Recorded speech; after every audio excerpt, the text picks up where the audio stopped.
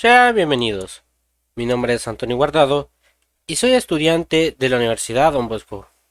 Bueno, el día de hoy vamos a ver el tema razones trigonométricas de cualquier ángulo, parte 3.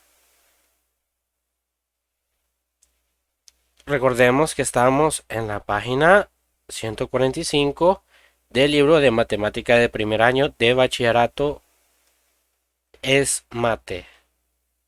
Bien, voy a proceder a ir al blog que he preparado como siempre, ¿verdad? Lo hacemos así para que podamos ver los ejercicios y poder manchar, ¿verdad? Aquí y no en el propio libro. Bien, vamos a comenzar con el problema inicial.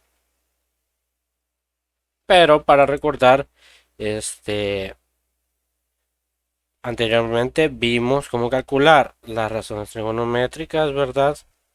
En el plano cartesiano. Y aquí, aprendimos a utilizar el triángulo de referencia. Y hay que recordar, ¿verdad? Dependiendo del cuadrante, va a ser el signo de la razón trigonométrica. Y recordemos que el seno representa la y, el coseno representa la x y la tangente, la división de entre ellos dos, ¿verdad? Así que vamos a comenzar.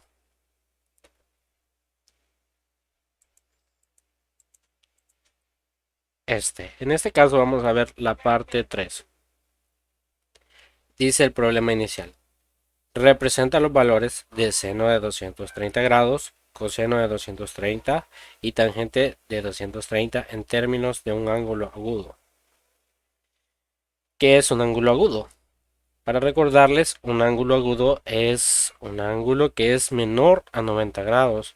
Entonces, lo que nos piden aquí, eh, en este caso, nos piden el triángulo de referencia para poder sacarlo, ¿verdad? De esta manera.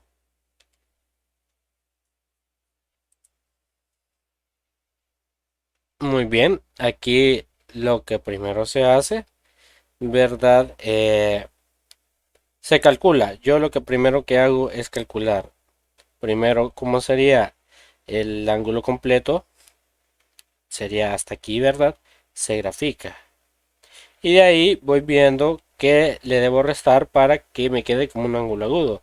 Como restarle todo esto y solo me quede cabal el triángulo de referencia que está aquí. Entonces, si lo tengo aquí, lo que tengo que hacer es solo restarle 180 grados. Y aquí es lo que hace el autor. Le resta 180 grados y nos queda que es igual a 50.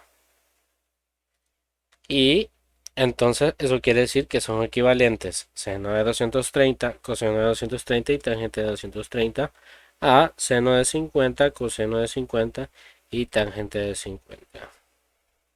Y, pero no solamente es eso, hay que tener en cuenta el signo, porque como es un ángulo agudo, no es como que se identifique en qué cuadrante está según el ángulo, sino que nosotros tenemos que ponerle signo, como habíamos dicho, ¿verdad? Entonces, el cuadrante 1 y 2 son positivos para el seno y 3 y 4 son negativos. Para el coseno, el cuadrante 1 y 4 son positivos y 2 y 3 son negativos. Y la tangente yo la identifico como la división, ¿verdad? Se aplica la propiedad de la división para ellos dos. Por ende, si uno es negativo, va a ser negativo. Pero si los dos son positivos y los dos son negativos, entonces va a ser positivo esa tangente. Eso es la ley de signos, ¿verdad? Entonces, veamos aquí.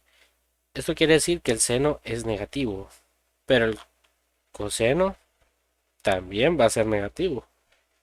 ¿Y qué va a pasar? Entonces, si hacemos la división menos seno de 50 y menos coseno de 50, entonces nos va a dar un signo positivo. Y entonces nos va a dar, en el caso de B, dice, nos dice que representemos los valores de seno de 320, coseno de 320 y tangente de 320 en términos de un ángulo agudo. Lo mismo, ¿verdad? Lo que hago primero sería graficarlo como sería normalmente. Todo esto y trazamos la línea.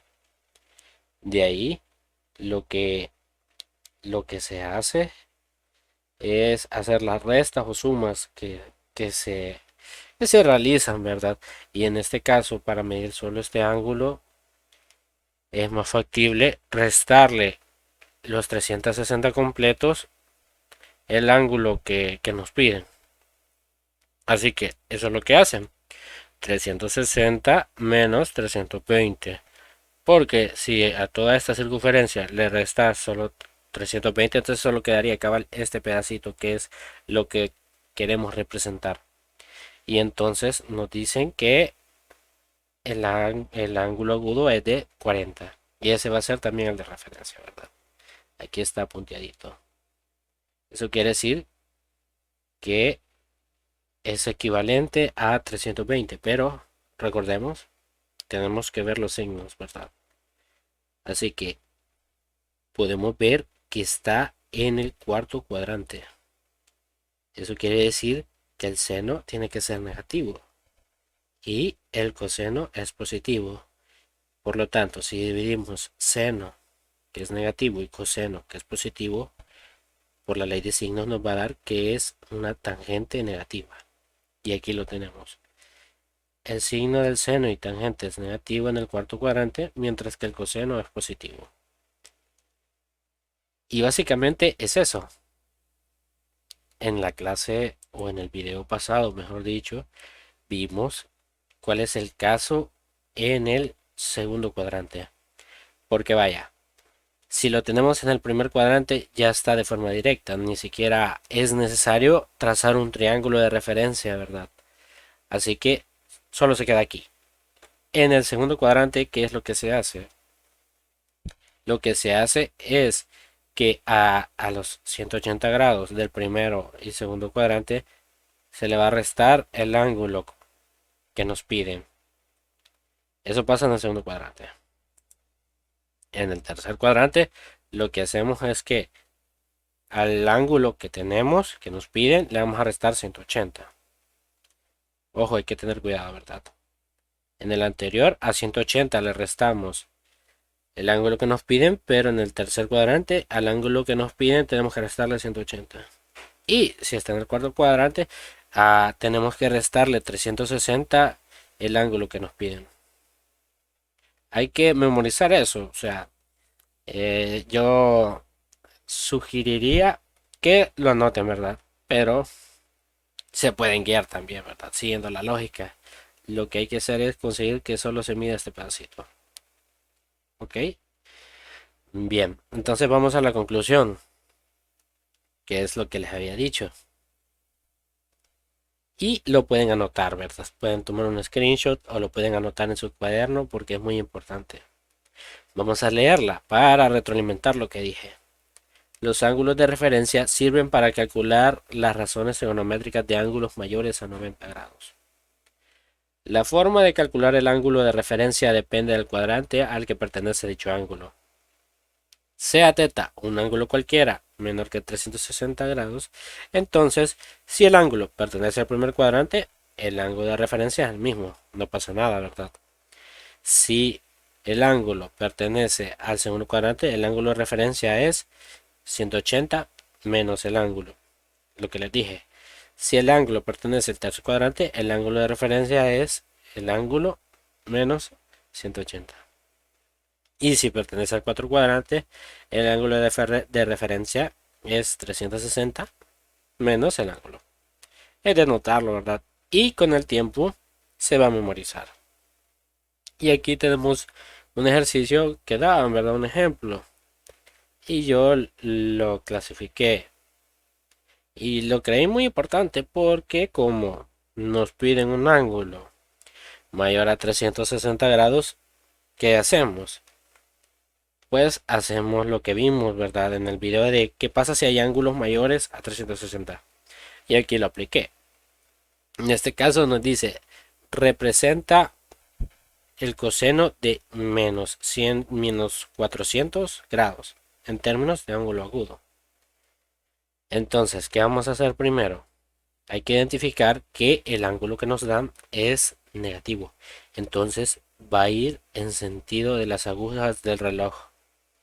Primero hacemos eso. Lo primero que hice es lo que aprendimos, ¿verdad? Tenemos que ver cuántas veces, cuántas vueltas da.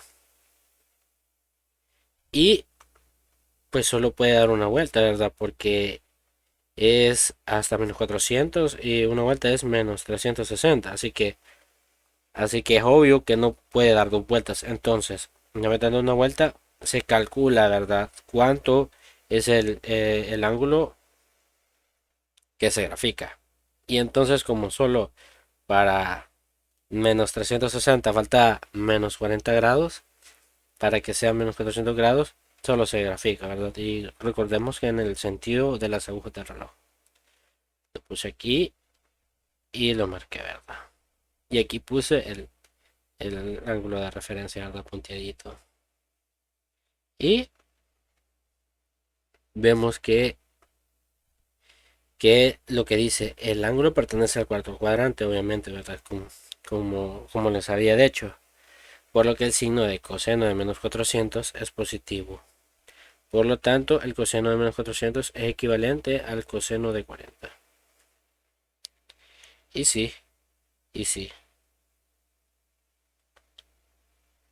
Y bueno, este es el video de hoy.